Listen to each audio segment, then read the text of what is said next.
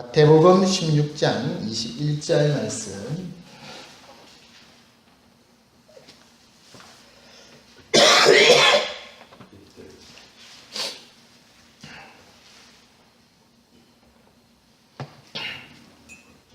네, 마태복음 16장 21절부터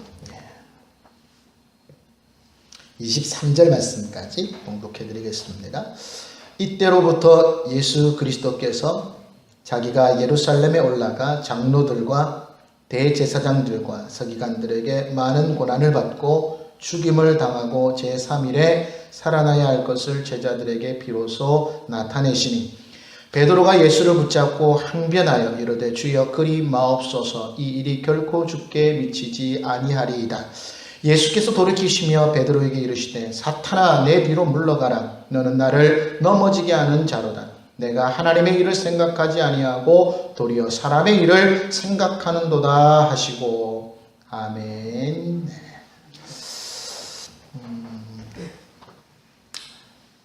하나님의 일과 사람의 생각이 다릅니다.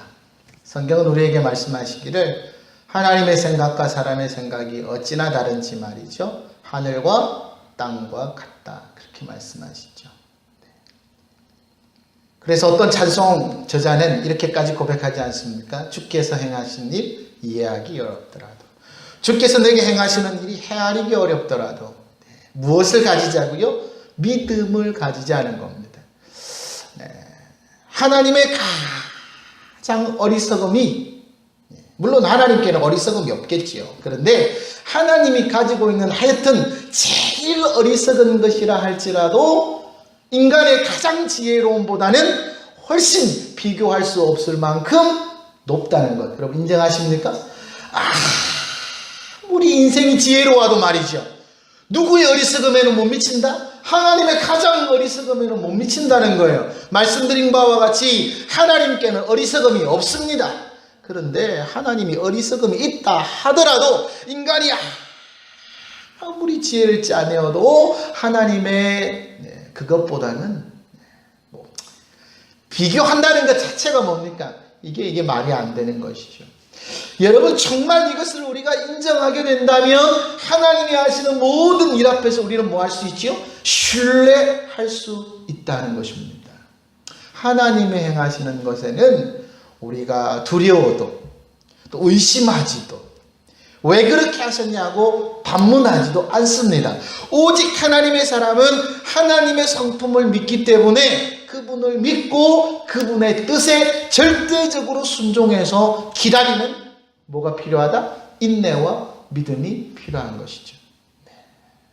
그래서 여러분 믿음은요 이해하고 믿는 게 아닙니다. 그렇죠? 어찌 하나님의 뜻을 우리가 이해할 수가 있겠습니까? 하나님의 모든 뜻을 내게 설명해 주십시오. 내가 이해하면 그대로 순종하겠습니다. 여러분 그 얘기는 차라리 순종하지 않겠다 하는 얘기와 마찬가지입니다. 하나님이 하시는 일을 인생이 이해할 수도 없고 이해해서도 안 되는 것이죠. 하나님이 요구하는 것은 이해보다는 신뢰와 믿음이라는 것입니다. 조금 우리가 경험해 볼 수 있는 것이 우리 부모와 자식 간의 관계입니다. 자식은요 죽었다 깨어나도 부모를 이해할 수가 없습니다. 그렇죠? 자기가 나중에 부모가 돼 봐야지 부모의 마음이 이런 거였구나 조금이나 이해하는 것이지 부모를 절대 부모가 되지 않고는 이해하지 못하지 않습니까? 똑같은 거 아니겠습니까? 어린아이 때는 부모가 하는 일, 부모가 내게 잔소리하고 부모가 내게 가르치는 그것들이 마음에 들지 않았지만 나중에 부모가 되면 자기도 그 자녀에게 똑같이 하고 있는 모습을 발견하지 않습니까? 오늘 성경은 이렇게 말씀합니다. 이때로부터 예수 그리스도께서 그랬어요. 21절에 이때가 언제냐 하면 베드로가 가이사라 빌립보 지방에서 예수 그리스도를 하나님의 아들인 것으로 인정한 그때입니다. 그 전까지는 예수를 선지자, 위대한 선생님, 능력의 사람 그렇게 일을 했거든요. 사람들이 이렇게 얘기했습니다. 어떤 사람은 엘리야라 그러기도 하고 어떤 사람은 예레미야나 선지자 중에 하나라 그러기도 하고 어떤 사람은 세례 요한이다라고까지 얘기를 했습니다. 예수님께서 그 얘기를 들으시더니 별로 마음에 들지 않습니다. 그래서 제자들에게 묻습니다. 사람들이 그렇게 보는 것 말고 너희는 나를 누구라고 생각하느냐 물었습니다. 예수님의 겉모양만 본 그 사람들의 고백 말고 여러분 세상도 지금은 예수 그리스도를 고백하지요. 12월 25일은 성탄절이다. 즐기면서 놀면서 말이죠. 예수가 어떤 사람인가 세상 사람들이 압니다. 요즘 예수님 모르는 사람이 어디 있습니까? 다 압니다. 그런데 예수님은 그들의 알을 믿음이라고 말하지 않지 않습니까? 세상 사람들이 고백하는 예수가 아니라 너는 나를 누구로 하느냐 중요한 것이죠. 오늘 우리는 예수 그리스도를 무엇으로 고백합니까? 예수 믿으면 내 인생 내 팔자 한번 펼 수 있는 그런 최고의 신, 혹시 여러분 그렇게 고백하십니까? 아니면 내 뜻과 내 소망을 이루기 위하여 필요한 가장 위대한 신, 여러분 그렇게 생각합니까? 오늘 주님은 우리가 주님을 어떻게 생각하는지 되게 관심이 많으신 겁니다. 베드로가 이렇게 고백합니다. 주는 그리스도시요 살아계신 하나님의 아들이십니다. 할렐루야. 얼마나 멋있습니까? 예수님이 이 고백을 너무너무 좋아하셨습니다. 그리고 말씀하시기를 바요나 시모나 내가 복이 있구나. 아멘. 여러분 예수 그리스도를 잘 고백하면 이런 복이 있는 줄로 믿으시길 바랍니다. 이 복은 세상의 복이 아니지 않습니까? 세상이 줄 수 있는 것과는 분명히 하나님이 다르다고 우리에게 말씀하셨잖아요. 우리가 소망하는 것이 세상이 주관하는 것, 세상이 원하는 것이라면 여러분 예수 밖에도 얼마든지 있습니다. 얼마든지 있어요. 예수 밖에 오히려 더 세상 사람들이 말하는 그런 축복이나 평안이나 영광이나 물질이나 정욕이나 더 많습니다. 보시지 않습니까? 예수 안 믿는 사람보다 예수 믿는 사람보다 예수 안 믿는 부자가 훨씬 많습니다. 왜냐하면 예수 믿으면 정직하게 살아야 되니까 많은 물질을요 사실 쉽게 걷기가 힘듭니다. 그러나 여러분 아시는 것처럼 팔세 펌법 얼마든지 해서 세상의 물질을 끌어모을 수가 있다 이 말이에요. 예수 믿는 부자보다 예수 안 믿는 부자가 훨씬 많습니다. 예수 안 믿는 지혜자가 예수 믿는 지혜 똑똑한 사람들 훨씬 많습니다. 그런데 여러분 주님이 주시는 것은 그런 세상적인 기준이 아니라는 것을 기억하는 지혜가 있으시기를 주님의 이름으로 축원합니다. 세상이 줄 수 없는 복을 얻었습니다. 아멘이죠. 그래서 세상의 기쁨과는 우리가 다른 거예요. 사도 바울이 감옥에 갇히고 말이죠. 얼마나 많은 고난을 당합니까? 전부 안타까워하잖아요. 그리고 혀를 차면서 말이죠. 예수 믿더니 말이 잘된 게 뭐가 있나 말이죠. 예수 믿고 잘된 게 뭐가 있어요? 사도 바울이. 그렇지 않습니까? 세상의 기준으로 볼 때는 잘된 게 아무것도 없어요. 그런데 사도 바울은 뭐라고 고백합니까?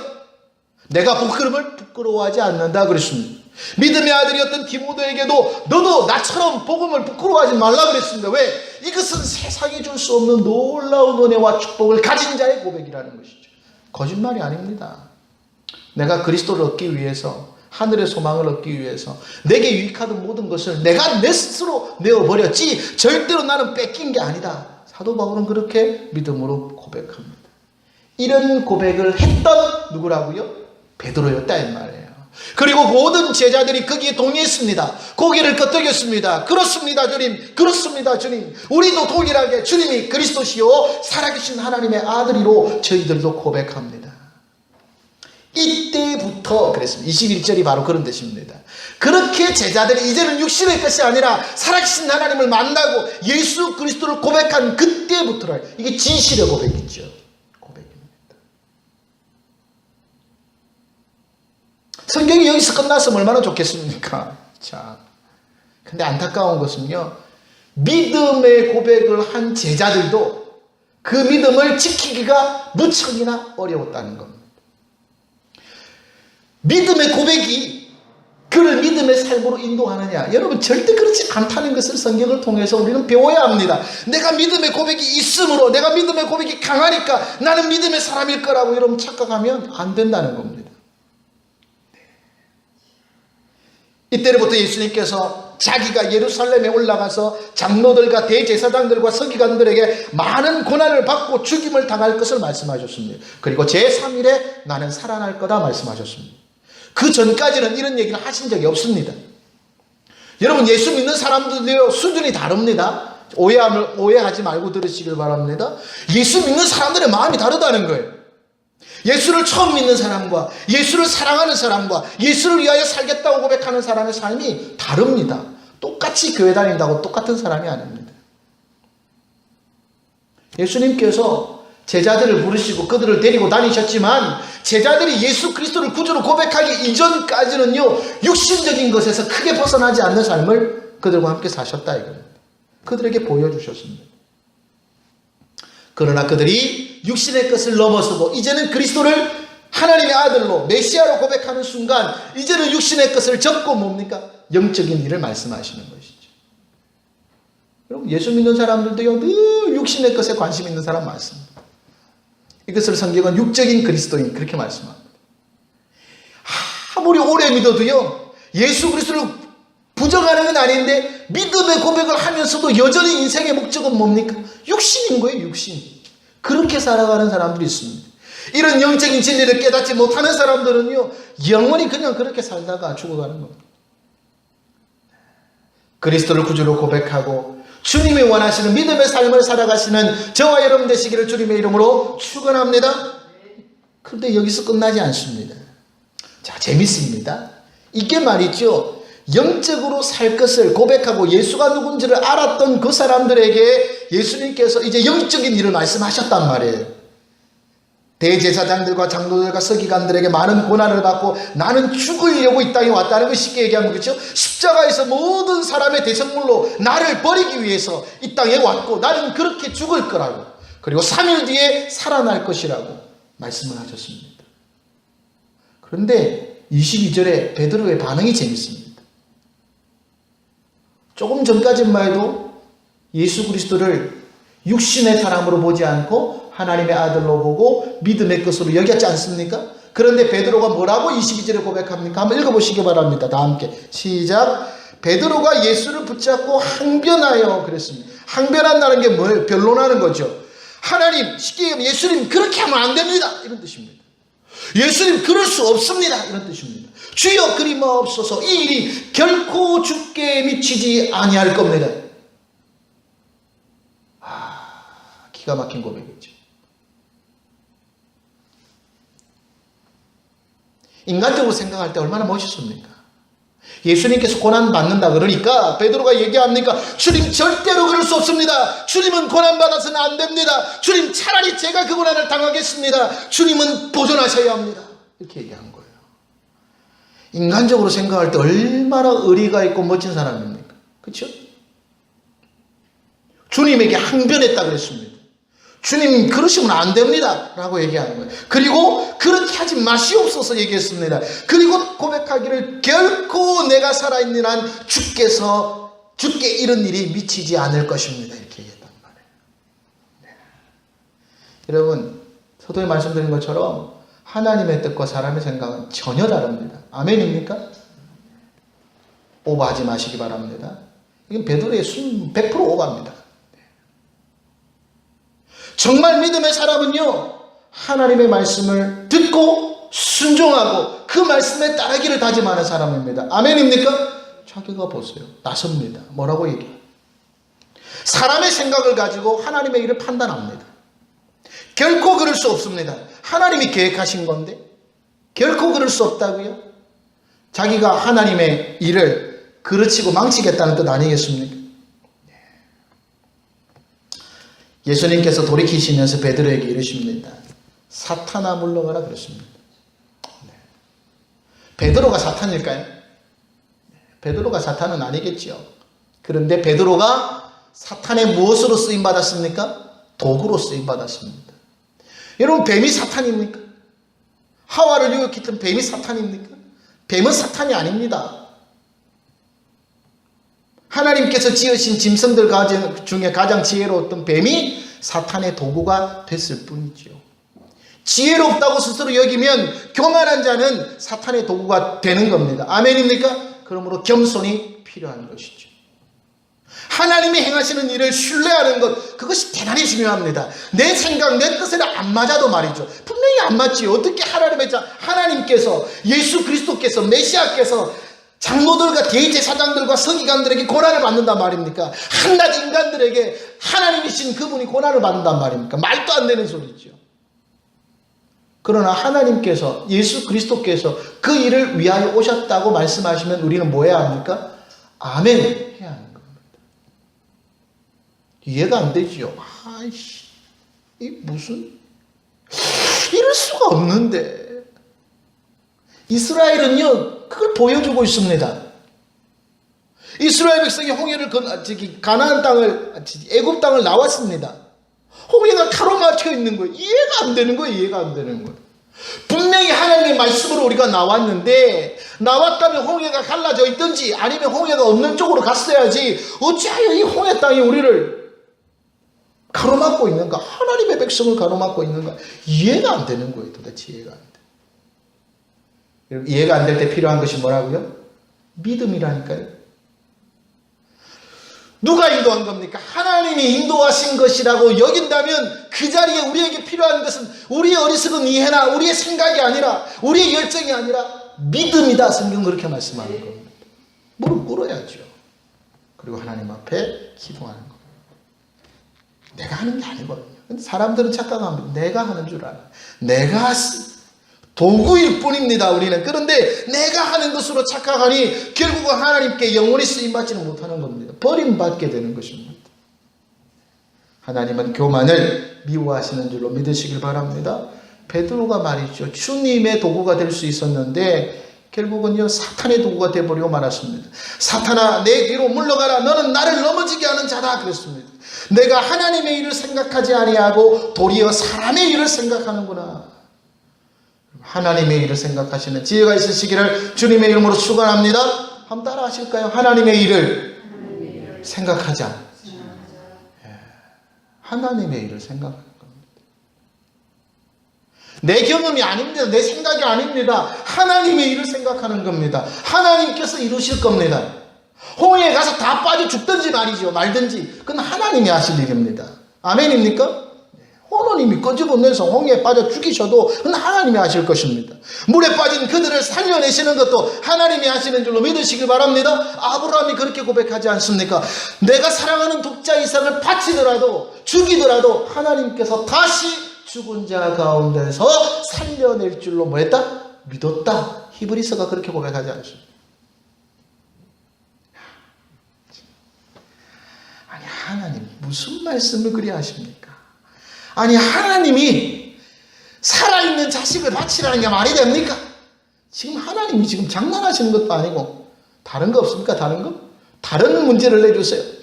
그렇게 아브라함이 말하지 않았습니다. 아브라함은요 절대적인 신뢰죠. 아멘입니까? 하나님이 하시는 것에 두말하지 않습니다. 그게 믿음입니다. 가라 그러면 가고 서라 그러면 서는 것이, 그게 종의 마음입니다. 아멘입니까? 예수님께서 그리 하시겠다고, 예수님께서 3일 만에 살아나시고 장로들과 대제사장들에게 고난을 받고 십자가 지시겠다고 그 일을 위하여 오셨다고 말씀하면 제자들이 그 일을 기억하고 주님 그리 하시옵소서, 우리가 그 일의 증인이 되겠나이다, 그렇게 말씀하는 게 맞지 말이죠. 아 주님 안 됩니다, 내가 이거는 안 된다고 말이죠. 내가 그 일을 막을 거라고. 이런 착각 속에 빠진 사람입니다. 자기가 주님보다 앞서는 사람입니다. 그럼 오늘 이런 사람 많습니까? 이런 사람 많아요. 하나님이 나를 통해서 무슨 일을 하려니에 관심 없고 내가 무엇을 할 것인가에 관심이 많다니까요. 내가 이 일을 좀 해야 되는데 뭐가 필요합니까? 지혜가 필요하고 물질이 필요하니까 좀 하나님 보고 달라고 애쓰고 떼쓰고 하나님이 원하시지 않는데 말이죠.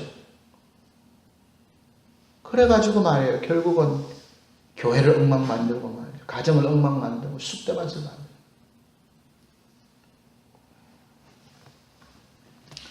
재미있는 이야기를 두세 가지 더 드리겠습니다. 예루살렘 교회가 핍박받았습니다. 예루살렘 교회가요 잘 나가는데 뭐 은혜 받고 부흥돼가지고 막 하는데 갑자기 핍박이 온 거예요. 핍박이. 스테반이 죽으면서 말이죠. 예루살렘 교회가 박살났습니다. 누가 하신 일입니까? 하나님이 하신 일. 그때 베드로가 이런 마음이었다면 뭐라고 하나님 앞에 기도했을까요? 하나님, 절대 주의 교회는 박살나면 안 됩니다. 그렇게 기도했겠죠. 주여, 내가 막아보겠습니다. 그렇게 기도했겠죠. 하나님이 원하시는 게 그게 아닙니다. 예루살렘 교회가 박살나면서 쫙 흩어지면서 온 지역에 복음의 선포된 줄로 믿으시길 바랍니다. 사람의 생각과 하나님의 생각은 그렇게 다른 겁니다. 핍박을 통하여 하나님이 일하시는 것, 그것이 역사입니다. 바울이 로마에 투옥됩니다. 빌립의 딸이 예언을 합니다. 이 허리띠에 임자가 로마에 가면 잡힐 거라고. 그랬더니 거기 있는 사람들이 뭐라고 눈물을 흘립니까? 사도 바울의 바지 끝자리를 붙잡고 말이죠. 절대 가면 안 된다. 절대 가면 안 된다. 이렇게 얘기한 거예요. 인간적으로 맞는 얘기지요. 로마에 가면 재패갖고 죽습니다. 그걸 말렸단 말이에요. 하나님께서 그걸 보여주셨기 때문에 말렸단 말이죠. 근데 그거 맞는 거예요? 틀린 거예요? 틀린 거였습니다. 사도 바울은 그 일을 위해서 부르심을 받은 사람이란 말이에요. 재밌지 않습니까? 여러분, 사람의 생각이 얼마나 하나님의 일을 망칠 수 있냐는 것을 보여주고 있는 대목입니다. 이스라엘 백성은요, 성전 파괴 그러면 막 거품무입니다. 거품물어요. 이스라엘 성전이요, 파괴가 됩니다. AD 70년에 티토 장군에 의해서 완전히 박살납니다. 돌 위에 돌 하나 남지 않았습니다. 성경이 예언한 그대로입니다. 이스라엘 백성들이 그 일을 보면서 얼마나 눈물을 흘렸는지 모릅니다. 이렇게 기도했을 겁니다. 주여, 주의 성전이 무너지면 안 됩니다. 기도했겠죠.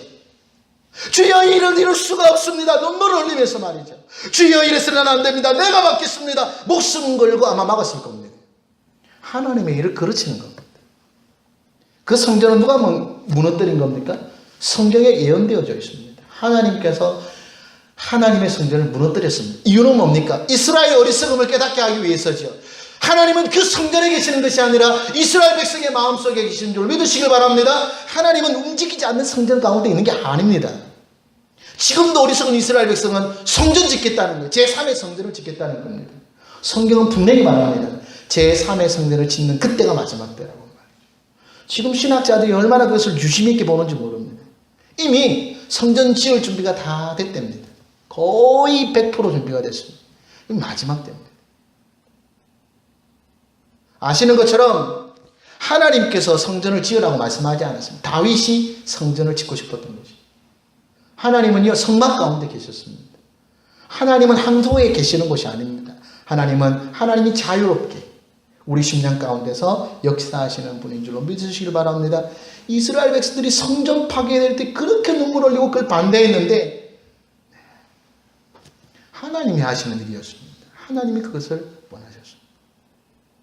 이처럼 우리가 인간적인 생각을 가지고 하나님의 일들을 막을 때가 되게 많습니다.